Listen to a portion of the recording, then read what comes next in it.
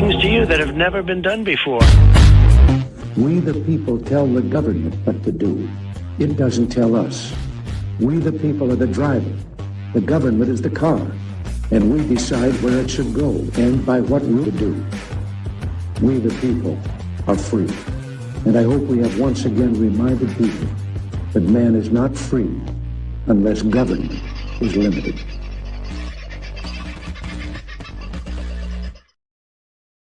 Well, howdy, folks. How's your Friday? Hope you're pushing along all right. It's been a bloody hot day. What am I saying? Been. Still is a bloody hot day in my part of the world.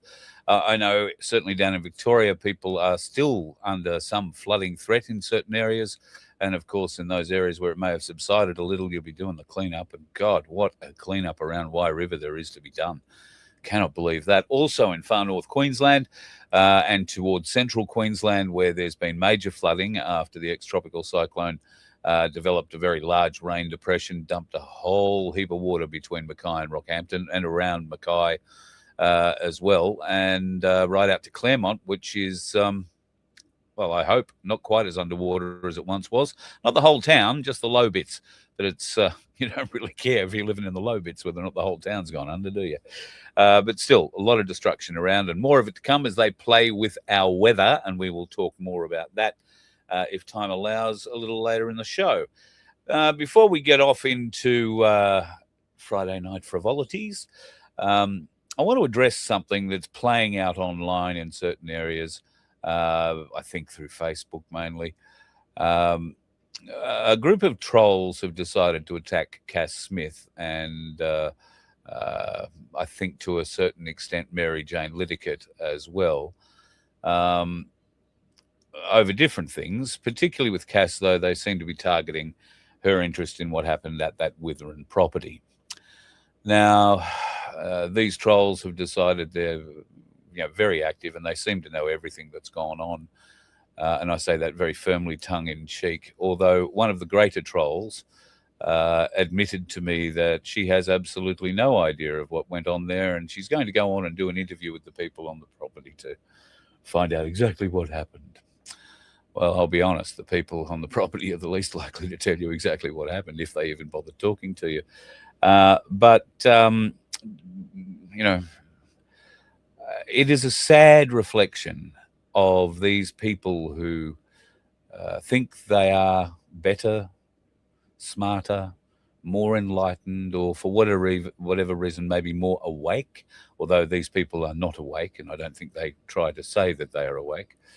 They are just simply trolls who ordinarily I wouldn't give the time of day to, but they are stepping into areas where they're going to get their asses sued, and I genuinely do not wish that for anybody, regardless of how stupid some of these trolls are. I have said before, and maybe the trolls that currently watch the show are unaware of the relationship that I have with Cooker Watcher and the relationship that we had leading up to the one that I currently have with her, which is we don't talk to each other much, but that's because we've got a mutual level of sort of respect that's,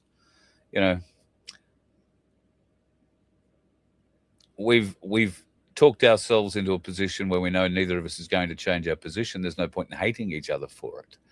But I haven't spoken to her in probably 12 months. So hello, if you're watching. I'm very happy to have conversations with people who want to debate facts. I am not interested in feeding the ravenous appetite of sticky beaks who have absolutely no relationship to anybody or anything that happened at Witherin. They are simply there thinking there is some great story to attack Cass Smith with, and I can promise you there isn't. While there will be differing opinions as to who did what, where, and when, I can tell you with great impartiality, because I have no skin in the game, right? I just lived it. I experienced what these people are like in great, minute detail. And I wasn't the only one. There are others who these trolls and you know nothing about. You've heard me talk about one maybe in my time here on the show.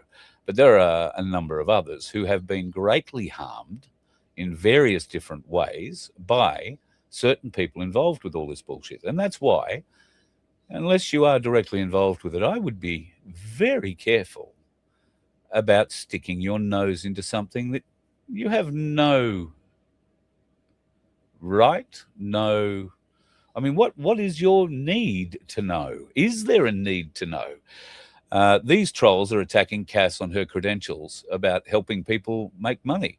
Now, I ask you, my audience, has Cass Smith robbed you in the SMSF business that she has brought to our attention on this show? I have brought to our attention. It's not her. I invited her on the show. So, have you lost money? These trolls are jealous. It's all I can put it down to, or just blind stupid. They don't understand the information that's being imparted to them. And what particularly disappoints me is that there is one troll named Sharon who is simply a woman hater. She hates a successful woman. She must, to say some of the things that she has. Now, this particular troll has got rather incensed, and she pushed a button in me because I believe that this troll in particular is, well, for those of you who used to watch old Australian soap operas, she's an Esme Watson. I think I might call her Esme from now on instead of Sharon. She wants to stick her nose in everybody else's business, but doesn't like it when somebody sticks their nose in hers like I have. Now, you, my adoring audience, who may not adore me too much after tonight, will have had experience with me and trolls before. You will understand how I treat them. I have no tolerance for them. If you expect me to be polite to them, unlikely, unless they are showing signs of being polite in return. I tend to treat trolls publicly how they treat their target. Only I don't defame them like these stupid bastards seem to want to do and get themselves sued.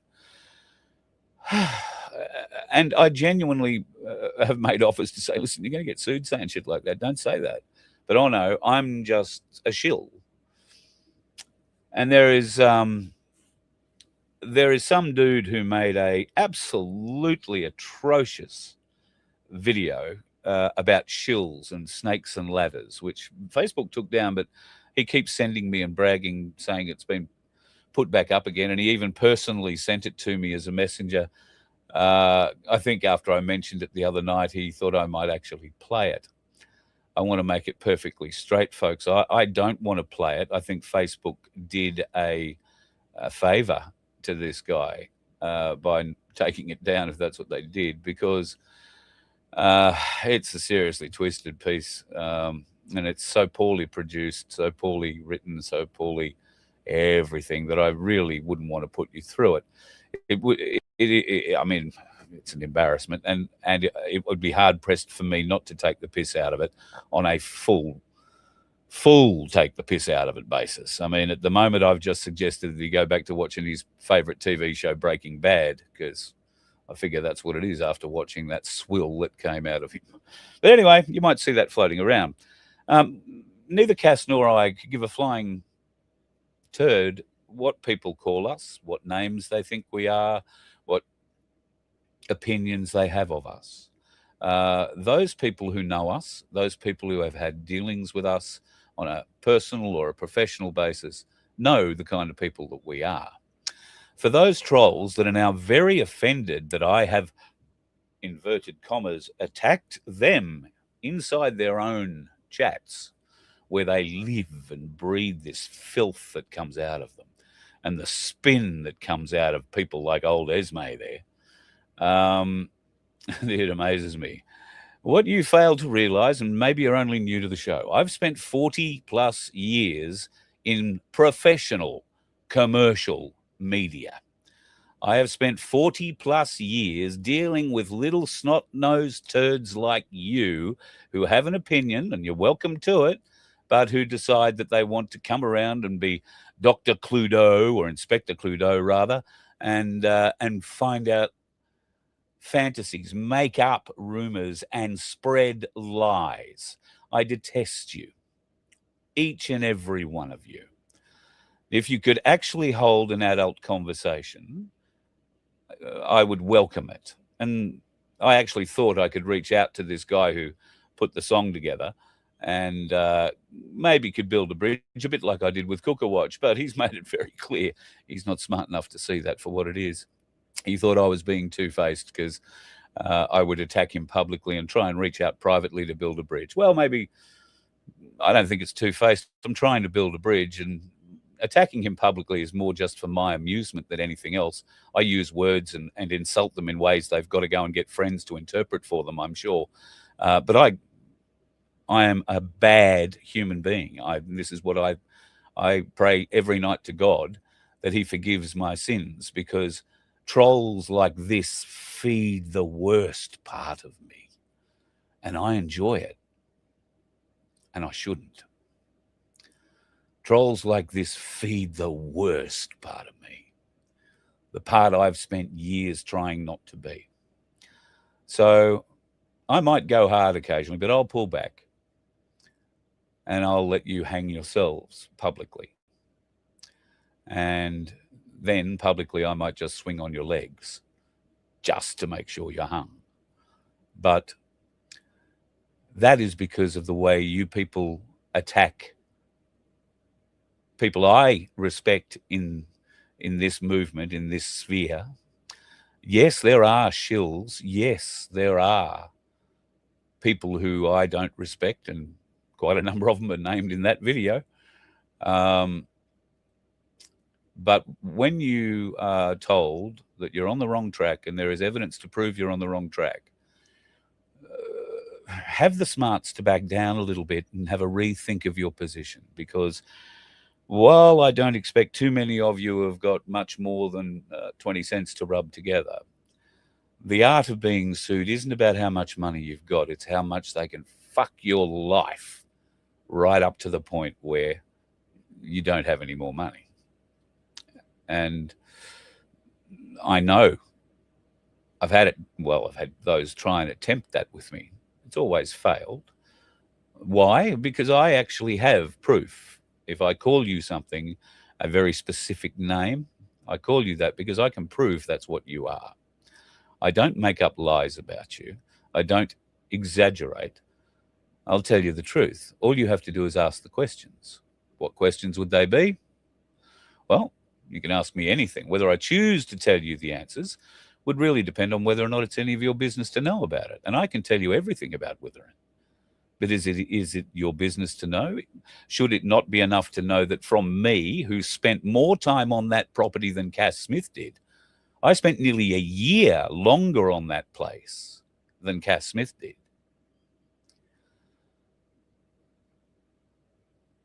You might think I'd know a bit about what went on. And if I give you a friendly warning about stay away, you're going to get sued. And it may not be by Cass Smith or me, because those poor people of Withering, I think there's a few that aren't too happy with you either. So for the trolls who are upset that I speak very badly and I insult you and I swear, fuck off. I don't care that you're insulted. I don't care that you're upset. I don't care. I don't threaten you in any way, shape, or form. You know, I just point out how bloody stupid you are, and I use your own words to beat you to death. This Cass and Sharon, I won't use her last name. I'll give her that level of respect at the moment. I'll just call her Esme. Esme was made a very substantial offer through me from Cass last night or the night before. And that was to supply all the answers and all the contact details to everybody involved with the Withering project, so that this Esme could, I suspect she'd have got weak at the knees and a little trembly and wet in places, because to get that kind of access, you know, when you're actually a friggin' nobody who, you know, is probably most excited thing is to go out and change the laundry every other day. I suspect that you're just an Esme, that you are nothing and a nobody and a sticky beak. And I find it insulting that you think you've got any right to go and look at anything at all. And I'll tell you that to your face, in emails, in private messages, in texts. If you do ever get stupid enough to get my phone number and ring me, I'll tell you face to face or on the phone. You people you're offered everything you wanted, and you're too stupid, too afraid, I don't know what you are. But at any rate, Esme, you didn't want all those details. You didn't want everybody's contact details so that you get on with everybody. No. Why would that be, I wonder? I hear some interesting things are happening down at the property down there at the moment, folks. And not for me to say whether they're good, bad, or indifferent. I would just say buyer beware if you're considering something like that. And if you want to have an off-the-record conversation, maybe I can enlighten you a little bit. But I'm not going to help out trolls. I don't care enough about you. Cass doesn't care enough about you. You will be exposed, and the lies that you are spreading, the damage that you think you are doing, will be expunged, because the truth wins out. Thank God. Somebody you pricks probably don't know too much about. All right, let us move on. And, well, it is Friday night. I should bring in the man who waves and smiles a lot. There he is, smiling and waving. On cue. God, don't do that. You look like that Cameron guy of the bloody Snakes and Ladders video. The freak. All you need to do is put on a little military helmet and look like you've been on it for 4 days. You'd be fine. Yeah, I lost it. I've had it around here somewhere, but I can't find it. Oh, sorry. I was going to say, do you have a pith helmet handy? Oh, hang on. No, wait a minute. I could do this. There you go. Good enough. How are you, mate? How's your week been? Very busy, lots of things happening on the My Place Australia front. So we're getting very busy there. Got a couple of new stewards that have just joined, which is great. Takes the load off the current people that are doing it. Listening to what's been happening in the news front with the wonderful bill that needs to be shredded, right? Which you probably almost got yourself done for hate speech tonight already. Yeah. Well, I don't think I've identified a certain cultural aspect, but it's interesting that you bring up that bill because Albanese has just signed off on a massive 43% pay rise for government lawyers. Oh, and really? Guess what? We've got a Royal Commission coming along. We've got all these interesting cases that are going to be brought before the courts in the, I suspect, High Court and the Federal Court over the coming year. Captain Clink with the beard. Yeah, so Albo, I think, is in a position now where he is practically untenable as a leader going forward. This 500-page piece of shit that really isn't worth hanging in the outhouse to wipe your crack on doesn't even mention radical Islam. Those two words do not appear in it at all. In fact, it doesn't criticize Islam in any way, shape, or form. And I watched a piece. I thought I recorded it. Well, yeah. Well, it gives them an out because there is an out for radical preachers like this bloke.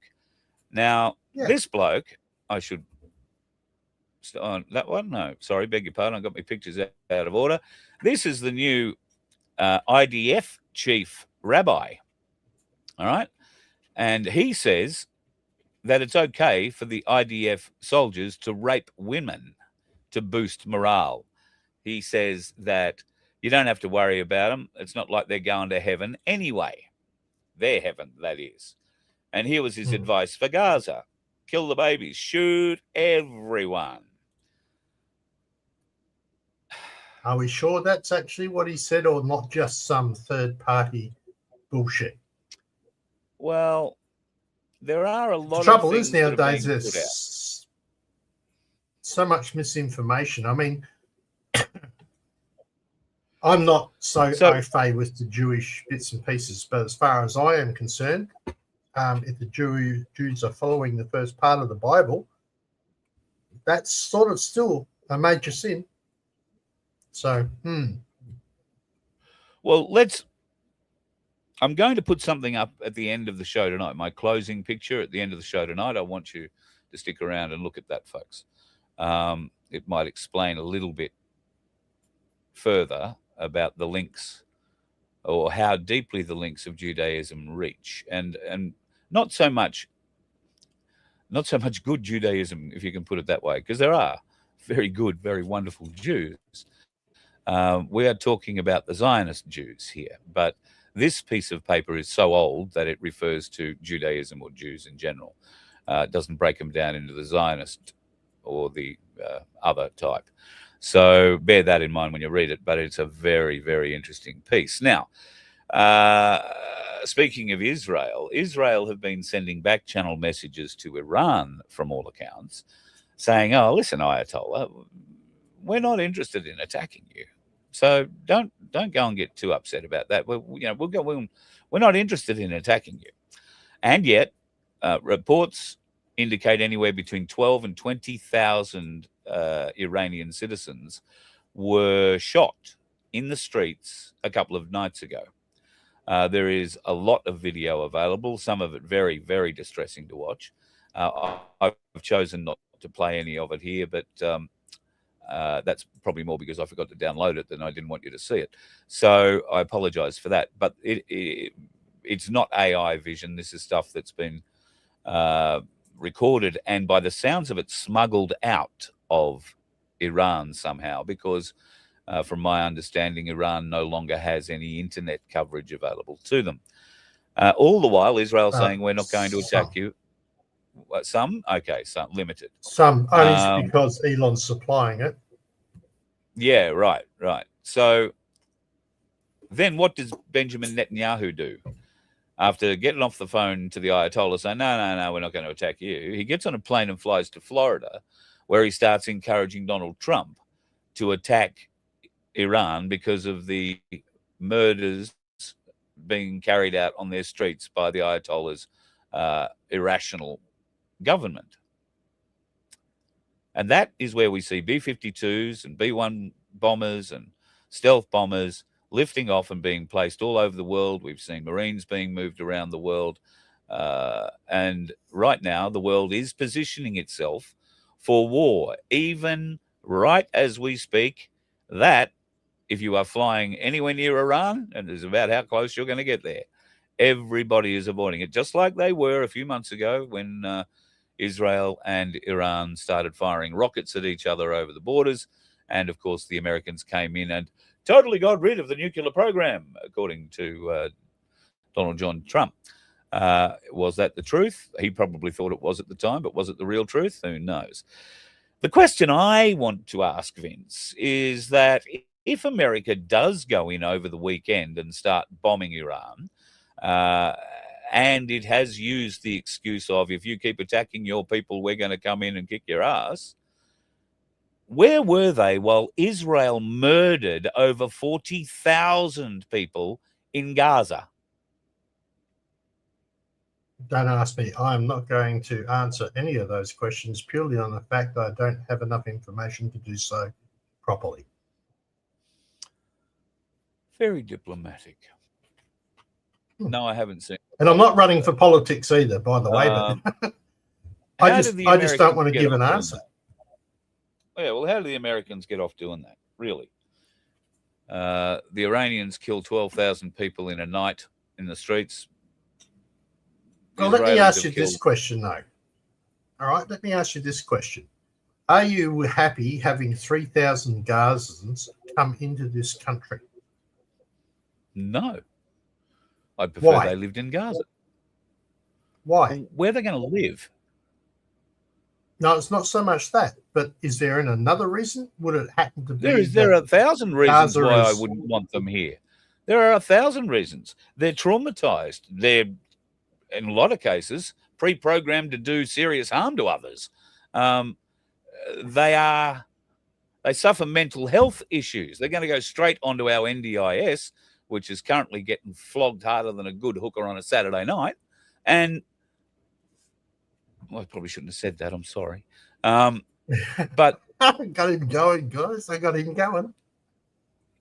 Well, no. There's nothing to the Australia, fact that they were a major terrorist organisation. But yeah, no. Well, no, Gazans aren't. The Gazans people aren't who major led terrorists. Gaza, the people who Yeah, well, were that's not the question. If you ask me whether or not we're inviting but how do 3,000 we? Hamas operatives in, How do we know we didn't? well, apparently the Israelis know because they just selectively killed, the bad ones and let the good ones live. Apparently, Really, but our Australian government are not the Israelis. So how do we know? well, they believe the Israeli government. We don't. 1 hour. 1 hour. No. The Australian government believes the Israeli government. You and I aren't the ones standing at the border, brother. But hang on, didn't they? We also may just not say believe them. We may not believe it, but the Australian government, led by these two fucktards, they get to decide who gets to come into this country. Someone's giving Susie Wong a bit of a lift. That's nice. You think that's nice? Oh, well, I'm just saying that. It'd leave a very sour taste in the mouth. That's all I'm saying. We could probably start with getting rid of a few others in the parliament as well. Yep. You want to pull that comment out of the way? It's only been there for 20 minutes. Oh, sorry, mate. Yeah, sorry. My apologies. So, we could do with getting rid of them to begin with at the next election, which brings me to, I guess, the next election. America is all over these hate speech laws. This is the Undersecretary of State. The statute that imprisons you for calling to deport jihadist extremists but provides safe harbour if you are a jihadi extremist would be deeply perverse. Let's hope this isn't what Australia intends. It is exactly what this document intended. Yep. I saw a piece of interview yesterday. One of the senators asked this female bureaucrat, in part responsible for putting together this 500-piece piece of schlock that she was there to try and defend. The senator asked whether or not the documentation, the law, would protect Jews. And she said, oh, yes, it'll very definitely protect Jews and Sikhs. And she said, okay, that's good. That's good. She said, what about Catholics?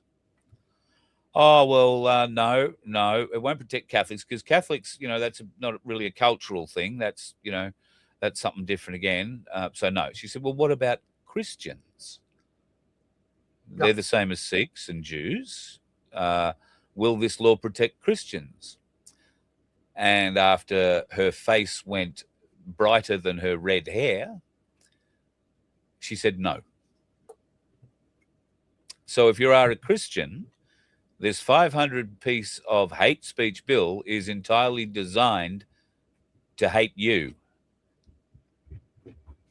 Yep. You are not protected in any way. And there are so many other weaknesses in it. Weaknesses like you don't actually have to say something offensive to cause offense. Somebody might have felt they just got to feel something. Yeah. Well, explain I'm that. sorry, That's it. You're off the air, mate. You've offended me. Oh, fair's fair.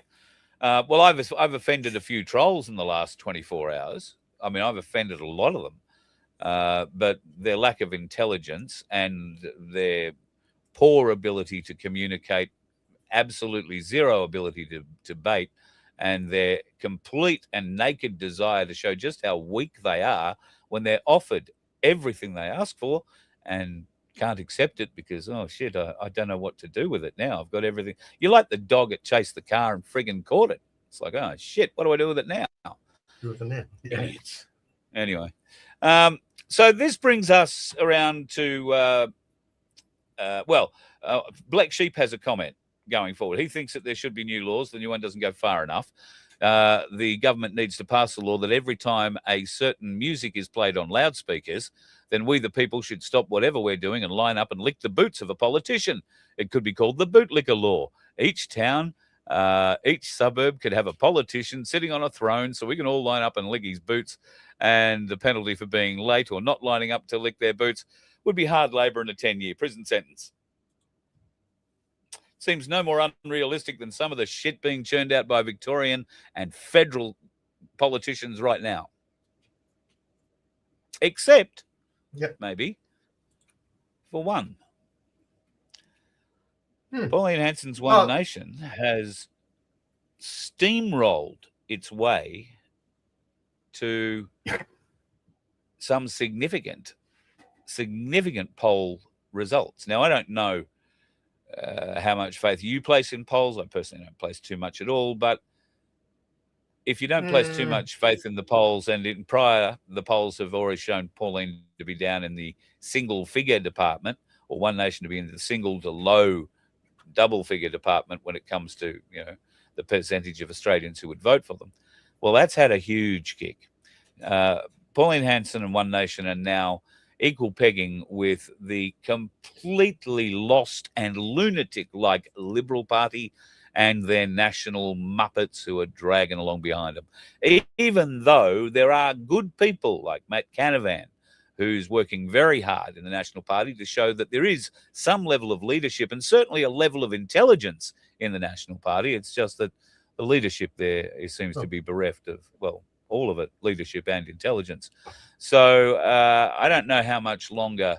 I mean, he believes in the National Party, I guess, but he's the kind of bloke that needs to come over and talk with Pauline Hanson and co going forward. Now, Pauline, we have got a thing on our VOFHQ.com website where you can leave a suggestion of what Pauline Hanson should be doing, a key performance indicator.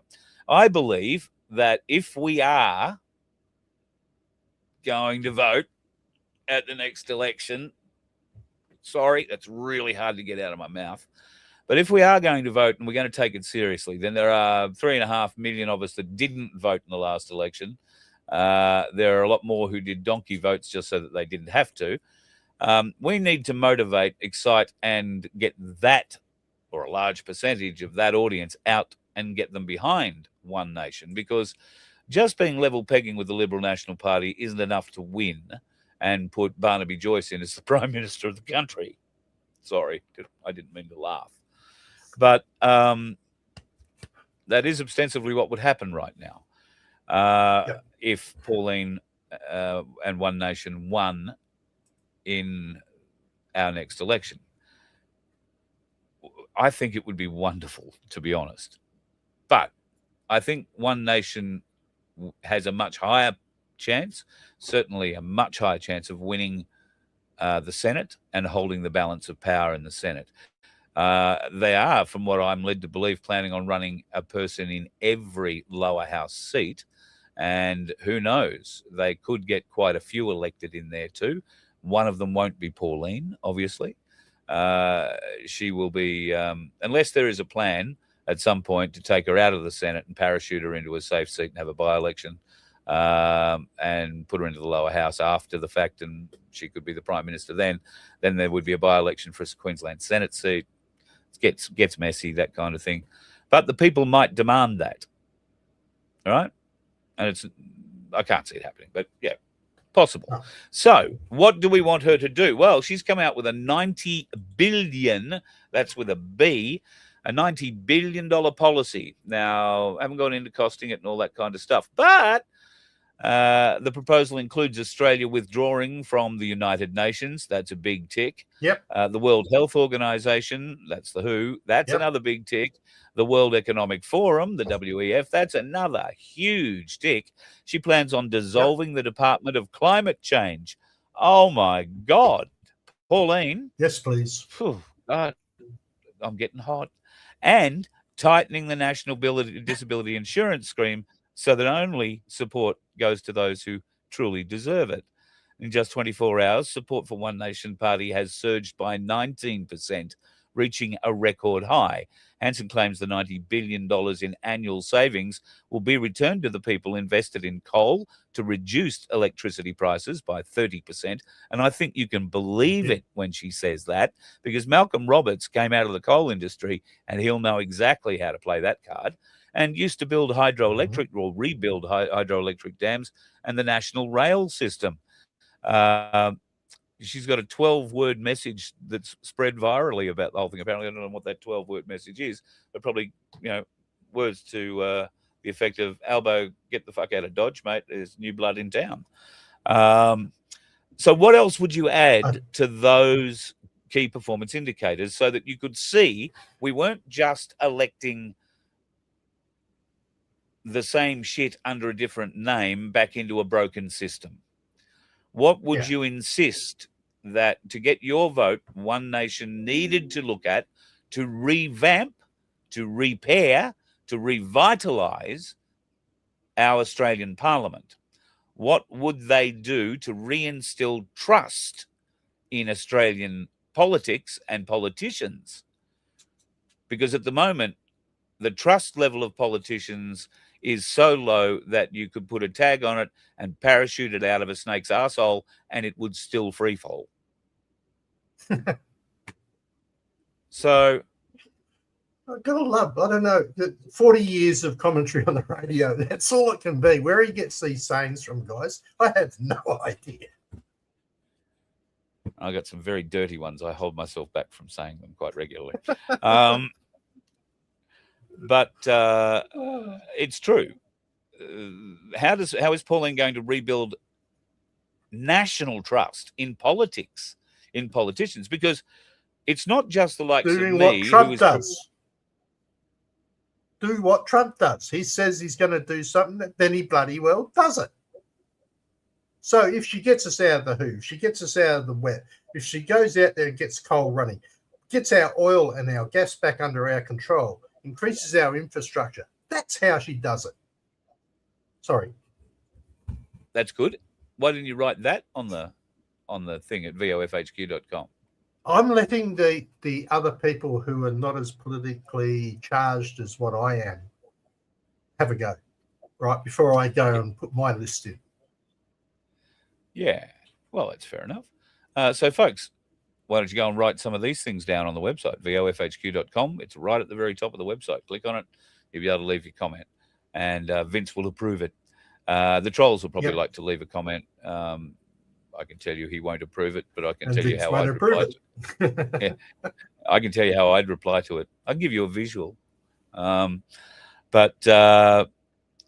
serious comments, gratefully accepted, and will be posted up, because this is serious. If you're going to convince someone like me, if you're going to convince someone like Darren Bergworth that there is any kind of future in an election, then we need a set of KPIs to say, at the end of that term, let's say One Nation is given the privilege of ruling this nation, then at the end of that 3-year term, before they call the election, they have to produce those KPIs and show the people, well, this is what we did, this is what we said, and this is what we did. And the people then would decide on whether or not they had fulfilled those KPIs and are going to support the system, not just One Nation, but the system for another 4 years. Because right now, I don't believe the system is supportable. I believe the system is subverted from within, and until somebody, please, Pauline, make this a mandatory part of your policy, somebody has to clean out the bureaucracy. Somebody has to clean out the shiny bums and sit them on a very hard seat, maybe a Spanish horse.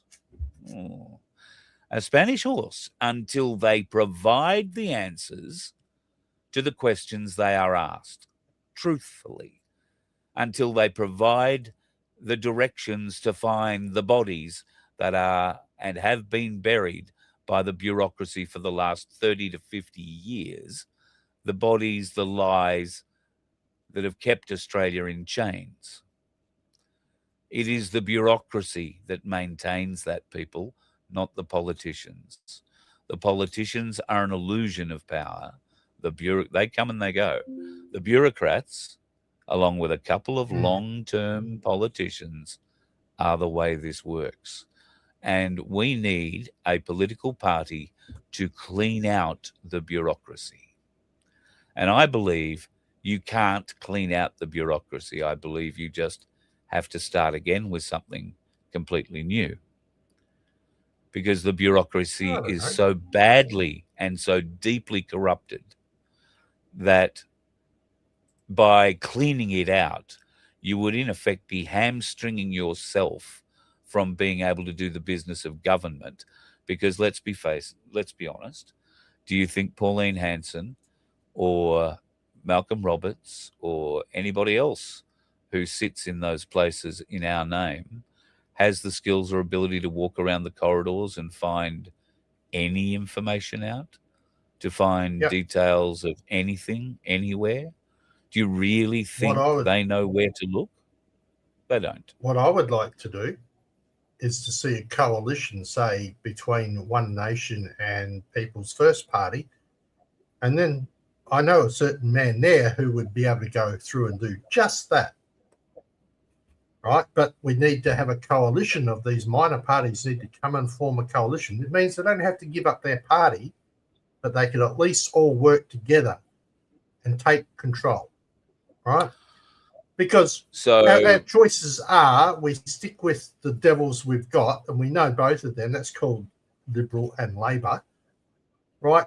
Or we put in someone else that might just shake up the boat and do I mean, we could be totally wrong. Let's be fair. Someone said controlled opposition, maybe, right? Maybe, but we've got to convince, know until we try. I can see the argument. You've used that for the last 2 federal elections. I think that I've known you for. Well, we've got to try. Well, how much longer do we beat our head against that wall trying? Do we draw a line after this? If we can't, as a nation, there's only one other solution, and I don't like it. That's right. There's only one other solution, and I don't necessarily like that. But so if you're wondering what I'm talking about, have a look at Iran right now. If we as a nation can get one nation elected outright, there is no problem then. But what do we do in 4 years' time when nothing's really changed? When the bureaucracy have slowed, when the bureaucracy have deliberately slowed down the process that One Nation want to force through, what do we do then? Because no amount of elections is going to fix the bureaucracy. No amount of election can fix it. Yes, no, because we need to find. Actually, that's probably worth doing some research on. Who, in fact, controls the bureaucracy, and does the government have the right to sack a lot of people in the bureaucracy? If they do, then that's how we start. If they've got the power to do that, right? Yes, so we have to. That's something I'm going to have to look up because I'm not sure on that. But if I was running, it'd be this department. You don't want to answer my questions, then bye department. Well, how do you do that with the Department of Home Affairs? Bye department. Which part? What part of the department would you like to trim down? That Department of Home Affairs, because that Department of Home Affairs is headed up by a grey-haired old woman who likes driving her little Porsche around Canberra looking flash, and she couldn't lie straight in bed. She is a measly mouth thing that always comes fully prepared to estimates, but it'll have to take your question on notice. All right, and she's the one that has a fucking hand stuck up the arse of Tony Burke, protecting that prick at every turn. Do we need it? Can we make another department that would do this? Yeah, probably. Well, you'd need to destroy the gives all our Department of money Home away Affairs. to someone else. You'd have to destroy the Department of Home Affairs and rebuild it from the ground up. Okay. You would have to do that. You would have to do that to every department. And then where do you find the replacements for the people you sack? Because you can't just sack the heads, because the heads have been training their replacements for the last 10 years. And those people have been training their replacements for the last 5 years. There's 3 layers of deception and deceit in our bureaucracy. I'm sure of it. They can't just, these bureaucrats work to retirement, right? They work to retirement. They take the most, the biggest out of the public purse. They get the best of everything when it comes to superannuation. And they milk the public tit until the very last day they can, where they hand over to their perfectly well-groomed underthing, who they lift up and lord into the chair. All the secrets go forward, hail you, O Lord. And then that thing's underthing gets lifted up into the second spot and learns the next level of secrets, which he is going to need to protect. And what makes it interesting is that these department heads can be moved in cross departments. So if you get caught doing something stupid in one, they move you out of it and put you into another one. Because it really doesn't matter where you are in the government. It's just that you're in it, still getting paid and keeping your mouth shut. Okay, so that requires somebody at the top to be a little bit more bullish and actually do things like put in RFJ, right, or Robert Kennedy for health, put in Christy Nome. We need people like that to be put in charge of these departments, right? Or the people who are rolling. I'm sorry, did you just say you want RFK in charge of our Home Affairs Department? No, but I'm as an example of people who we have anybody aren't from going outside to go Australia with them. Heading these up. Okay, you missed the point. You've totally missed the point. What I'm saying is that you need to have people who are going down the same path as you and your movement in charge of the top level of those departments and start cleaning out the fat. No, you just need people who are fucking honest. Yeah, well, that's right. That's what I'm getting at. Yeah, but you just need people who are honest, who will work for the right thing, that we the people. That's all you need. And what I'm saying is that you will not find any of them in the current bureaucracy. They have been programmed from university through. Yeah, that's if you're taking the political. But you might find a few in the typing who's school. In charge? The bureaucracy is under the minister. The minister's in charge. Is that not the case? Fuck me. Have you never watched? Unless, of course, you watch. Yeah, I was just going to say that.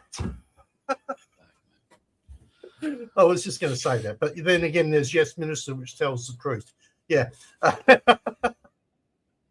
I'm sorry. There is never a better show to show you exactly how useless a minister is, because all a minister does is speak what his advisors advise him to speak. That's all that ministers do. They are mouthpieces that the public, for some reason, has decided to trust.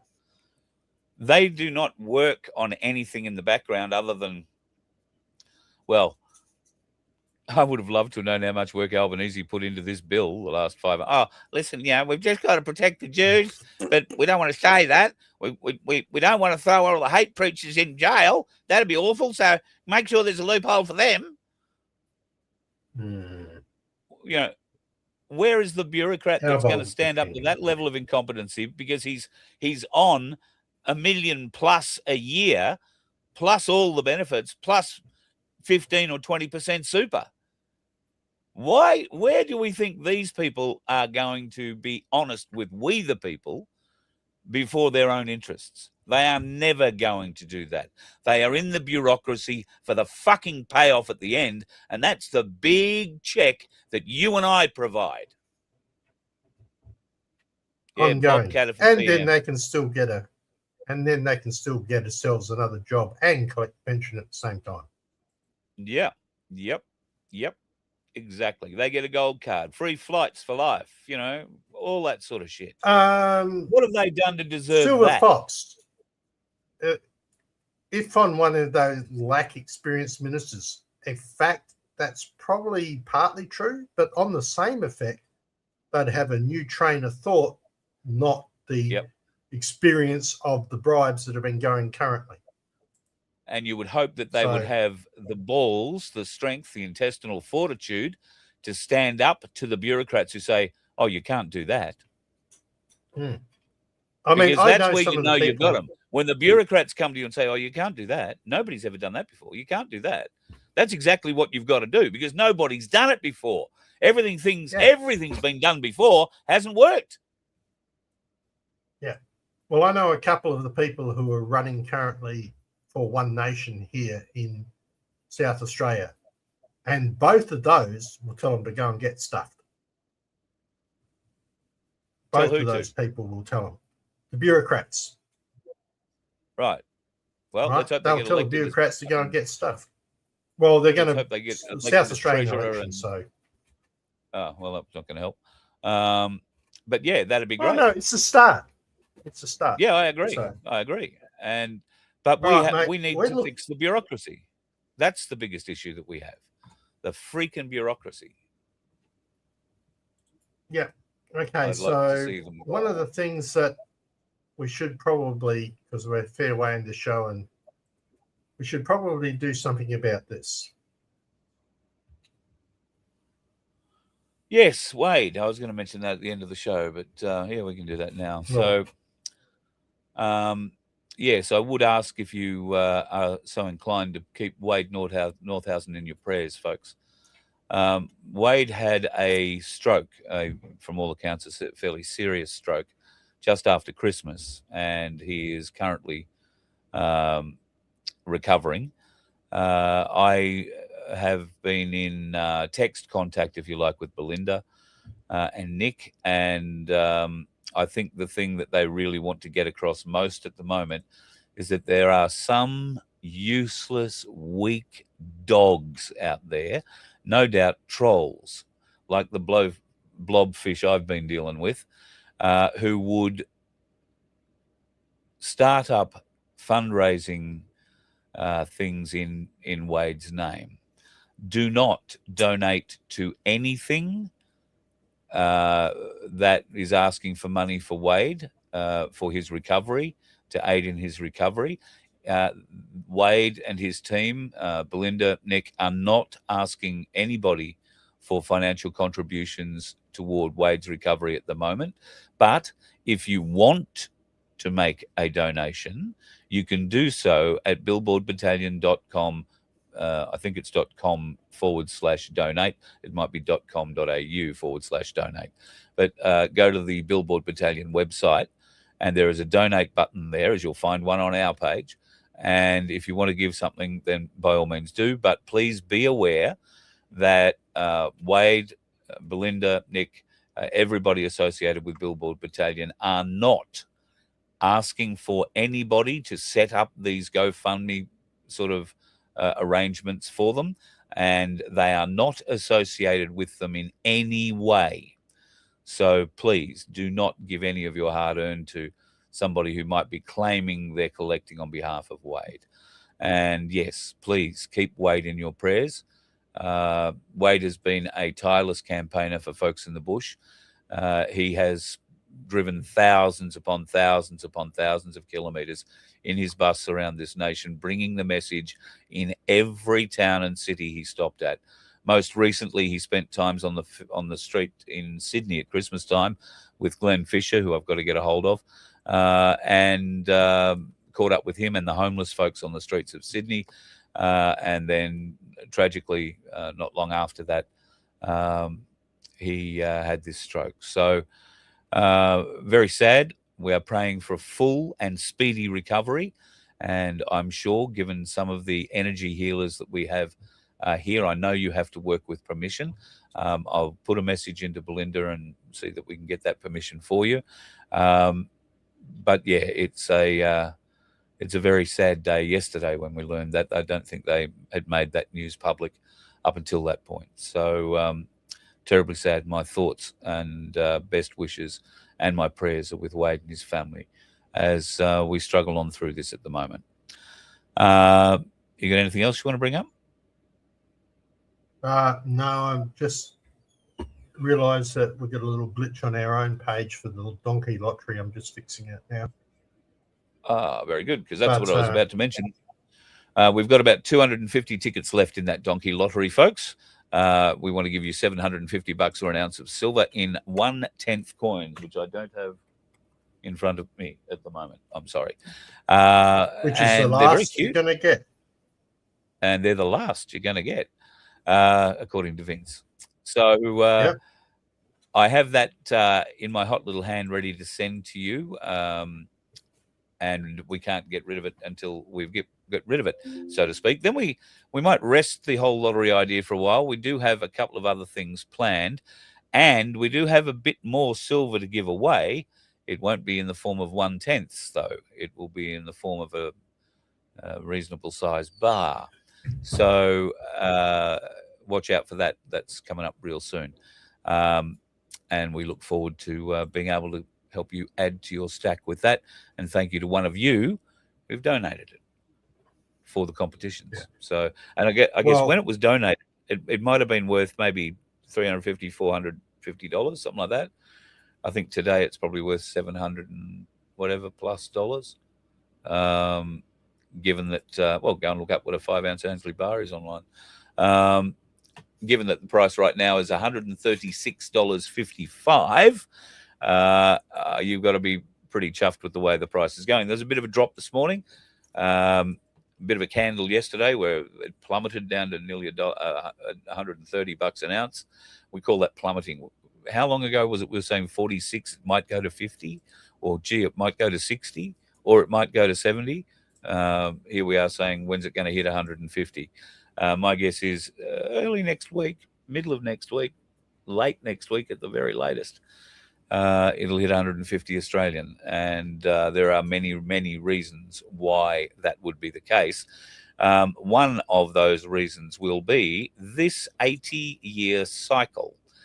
Now, this is something that came from Ainslie Bullion. They put it up through their Ainslie Insights yesterday. I would urge you to go and read the article. I'm going to show most of it here. This chart shows an 80-year cycle. It's called the 4 turnings cycle. And if you look down the bottom, you'll see the 4th turning, then the 1st, 2nd, 3rd, and 4th turning as you go across the bottom. These turnings are approximately 20 years in duration. And you can see that the last 4th turning, which was at the beginning of this graph here, the light blue line is the gold-silver ratio. Now, you can see the gold-silver ratio from 1929 to about 1943 was very, very, very, very strong. Then there was a drop. Stocks came into the world and properties and other bits and pieces. But you can see that the gold-silver ratio during the 1st turning, where it suffered the steepest drops, stayed low. Now, that 1st turning is, bear in mind, around 20 years. So is the 2nd turning, around 20 years. But in the 2nd turning, you see that the blue line starts to recover. It gets stronger in the 3rd turning, and then in the 4th turning, it hits those same highs again. We, right now, are in that 4th turning, folks. And that is why silver is going the way it is. So a little historical data from Ainslie Bullion, and you can go and see all the Ainslie Bullion Insights releases on their website at ainsliebullion.com.au. I woke up this morning and had a look at the gold silver index. It was at 49.66. That's the first time I've seen it under 50. At the moment, it's sitting at 50.3. You might find that by tomorrow morning it goes down again. The price is going to go up. The price is going to go down. The price is going to keep going up. Don't worry about these slides backwards, folks, these little pullbacks, folks. If you can buy in the dip, that's what that's called. If you've got an urge to buy, then buy when those slips happen, because depending on how much you're buying, I guess you're going to save $4, $5, $6 an ounce maybe at certain times. And believe you me, that adds up in the end. You might be able to afford a few more bars of whatever it is that you're buying. And don't forget to mention Voice of Freedom or leave my name and at the door or online if you're ordering online in the notes section, and you will get a little discount, which also might eventually get you a little bit more. I've got one thing I want to close up with tonight. We have spoken about weather modification, climate change, and associated other things for many years on this show. I have shown you evidence that I believe would substantiate an inquiry into weather modification using high power emitters, things that heat certain parts of our atmosphere, certain kinds of emitters that interact with some of the foreign substances that have been sprayed into our skies. Now, New Zealand had a big find yesterday, I think it was, might have been the day before. They found 2 cargo ships. Now, these are where the cargo ships were located at the time. But those cargo ships were seen to be operating some very strange equipment that was definitely aimed at the heavens. And it just so happened that New Zealand is experiencing, I think across the North Island at the moment, something akin to a cyclone. Also, that particular arrow at the top, that's also directing shit towards far north Queensland. What's happening in far north Queensland at the moment? It's building another tropical cyclone. So if you look there and there, you can see that this boat in the top is capable of energizing the atmosphere for thousands of kilometers north. These emitters that we've seen working on land are on these boats. Been saying it for ages. And rest assured, our summer for wetness and wind is not over yet for Queenslanders and quite possibly New South Welshmen. They sent a cyclone down to northern New South Wales last year, or the year before. What's to say they won't go and do it again? So let's just keep an eye out and let's all just stay safe. But we do know that there are bastards out there hunting for us, and one of them is dressed like this. That should be enough. Oh, I've got a question for you. Only one of these pictures is photoshopped. Can you tell which one?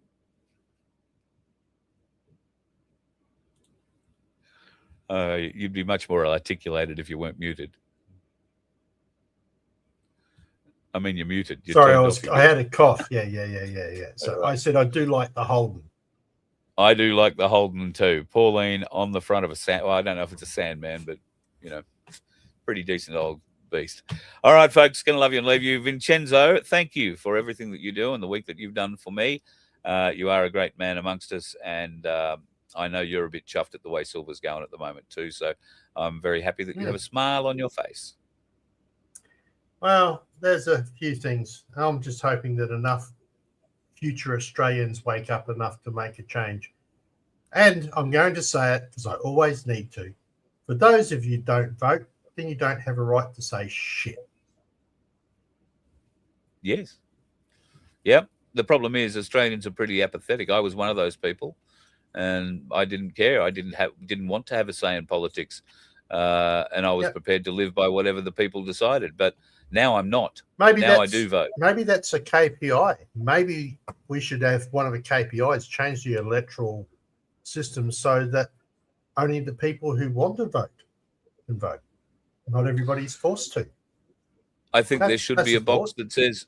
I think there should be a box on every ballot paper that says no suitable candidate. Yeah, I'd agree with that too. That's another good option.